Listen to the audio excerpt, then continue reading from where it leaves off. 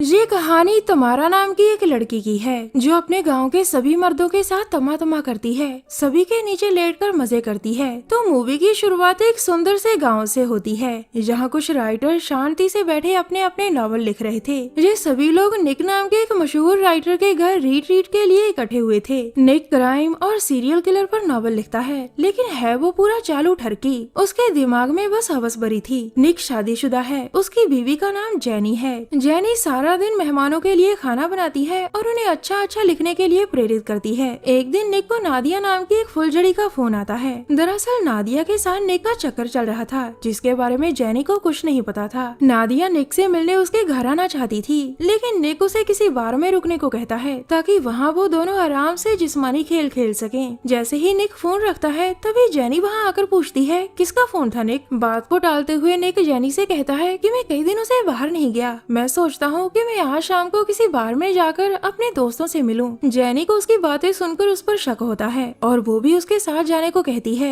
निक उसे मना करने की बहुत कोशिश करता है पर जेनी नहीं मानती। यह एंडी जो निक के बगीचे का ख्याल रखता है। एंडी हट्टा खट्टा जवान लड़का है और गाँव की सभी लड़कियाँ उसके नीचे लेटकर मजे करना चाहती है। कुछ देर बाद एक सुंदर कन्या गाड़ी से उतरती है जिसका नाम तमारा ड्रू है। तमारा पत्रकार है, वो शहर से गाँव में अपनी माँ का घर बेचने आई थी। तमारा इतनी सुंदर है कि उसे देखकर गांव के सभी आदमी उसके साथ तमा करने के सपने देखने लगे। रात को निक के घर के बाहर सभी राइटर्स अपने अपने नॉवेल्स पर चर्चा कर रहे थे और घर के अंदर जेनी और निक बाहर जाने के लिए तैयार हो रहे थे। जैसे ही जेनी तैयार होकर नीचे आती है तो निक उससे कहता है हम आज नहीं किसी और दिन चलेंगे। ये सुनते ही जेनी उससे पूछती है कौन है वो औरत जिसके साथ तुम्हारा चक्कर चल रहा है। निक पहले तो सारे इल्जामों से मना करता है, मगर जब जेनी गुस्से में चिल्लाने लगी तो वो उसे बता ही देता है कि मेरा नादिया नाम की औरत के साथ चक्कर चल रहा है। उन दोनों के झगड़ने की आवाज बाहर बैठे सभी लोगों ने सुन ली थी। अब वो दोनों झगड़ते करके बाहर आ चुके थे। जेनी उससे कहती है कि अगर तुम नादिया से मिलने गए तो वापस यहाँ कभी मत आना, हमारा रिश्ता खत्म। मगर निक उसकी एक नहीं सुनता और नादिया से मिलने चला ही जाता है। कुछ देर बाद निक नादिया के पास आकर उसे वापस जाने के लिए मना लेता है, मगर जाने से पहले निक उसके साथ अपने जिस्म की प्यास मिटा लेता है। उधर निक के घर बॉब नाम का एक गंजू राइटर जेनी को हौसला देने लगता है। वो जेनी से कहता है तुम घबराओ मत, मैं तुम्हारे साथ हूँ। दरअसल गंजा बॉब जेनी के साथ अपनी ही सेटिंग करने में लगा हुआ था। कुछ देर बाद बॉब बाथरूम में बैठा अपना पेट हल्का कर रहा था, तभी निक घर लौट आता है। वो जेनी से माफी मांगते हुए कहता है कि मैं अब कभी किसी और के साथ चक्कर नहीं चलाऊंगा, अब से मैं अपने जिस्म की प्यास सिर्फ तुम्हारे साथ ही मिटाऊंगा।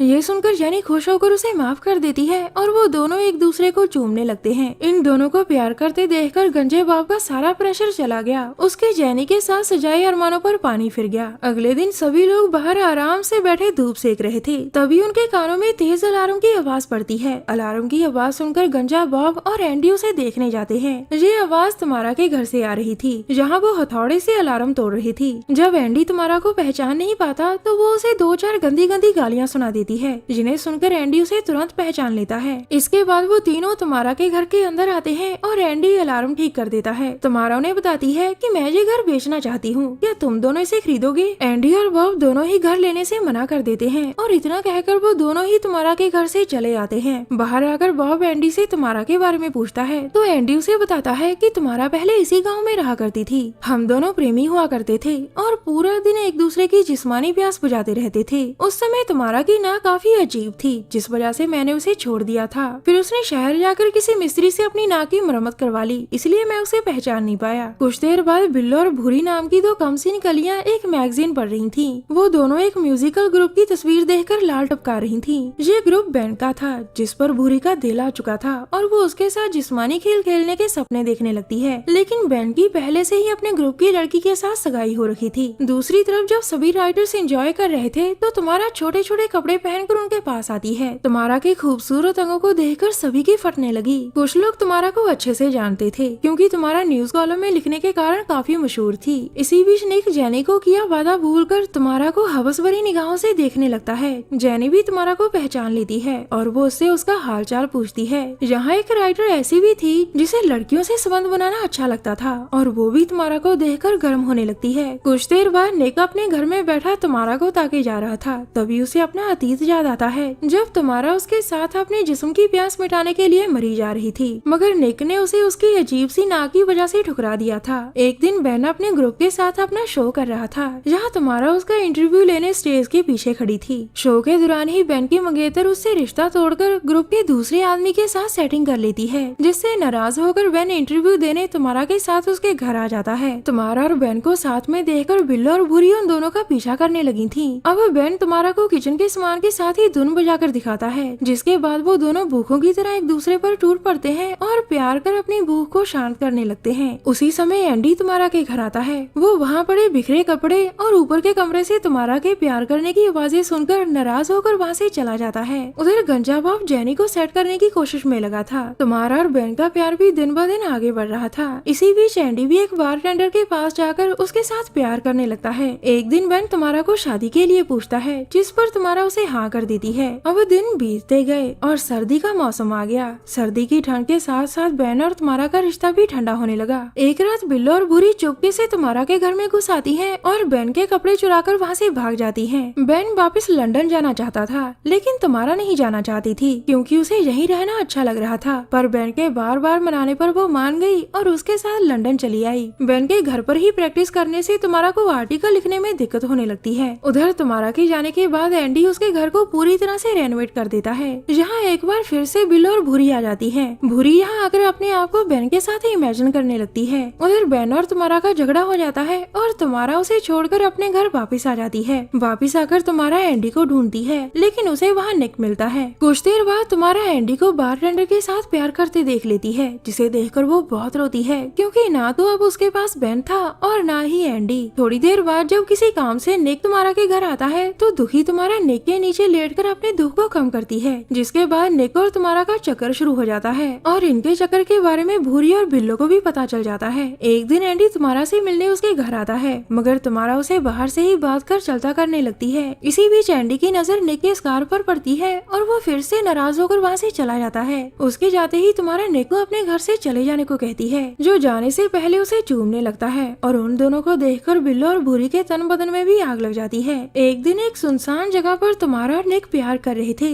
जहाँ उनका पीछा कर रही बिल्लो और भूरी चुपके से उन दोनों की फोटो ले लेती है, ताकि उनका सच सबको बता सके। मगर कुछ देर बाद जब बिल्लो अपने फोन पर गंदी वीडियोस देखकर गर्म हो रही थी, तो जमीनी बारिश की वजह से उसका फोन भीगकर खराब हो जाता है और तुम्हारा और निक की फोटो गलती से जेनी को सेंड हो जाती है, जिसे देखकर जेनी शॉक हो जाती है। उस समय एंडी भी जेनी के पास ही था और वो भी फोटो देख लेता है। अगले दिन निक की एक इंटरव्यू के दौरान जेनी सबके सामने उससे उसके चक्कर के बारे में पूछकर उसे शर्मिंदा करने लगती है, जहाँ तुम्हारा भी आई हुई थी। जब वो वहाँ से जाने लगती है तो निक जेनी को छोड़कर उसे शादी करने की बात करता है, जिस पर तुम्हारा ये कहकर उसका दिल तोड़ देती है कि मैं तुमसे प्यार नहीं करती, मैं तो बस तुम्हारे साथ टाइम पास कर रही थी। उधर जेनी के घर आने पर गंजा बॉब उससे अपने प्यार का इजहार करता है और वो दोनों एक दूसरे को चूमने लगते हैं। तभी निक भी घर आ जाता है और उन दोनों को देखकर हैरान होता है। वो जेनी से फिर माफी मांगता है, लेकिन आज जेनी ने उसे तलाक देने का फैसला कर लिया था। ये सुनकर निक बॉब के पास आता है और उसकी धुलाई करने लगता है। बॉब निक को धक्का दे देता है, जिससे निक का सिर एक पत्थर से टकराकर फट जाता है। बॉब उसे उठाने की कोशिश करता है, पर अचानक से बहुत सारी गायें उनकी तरफ आने लगती हैं, जिन्हें देखकर बॉब निक को वहीं छोड़कर साइड पर हो जाता है और निक कुचला जाता है। दरअसल ये सभी गायें पास में ही रहने वाली एक औरत की थी, जो एक कुत्ते से परेशान होकर भाग रही थी। जिस औरत की ये गायें थी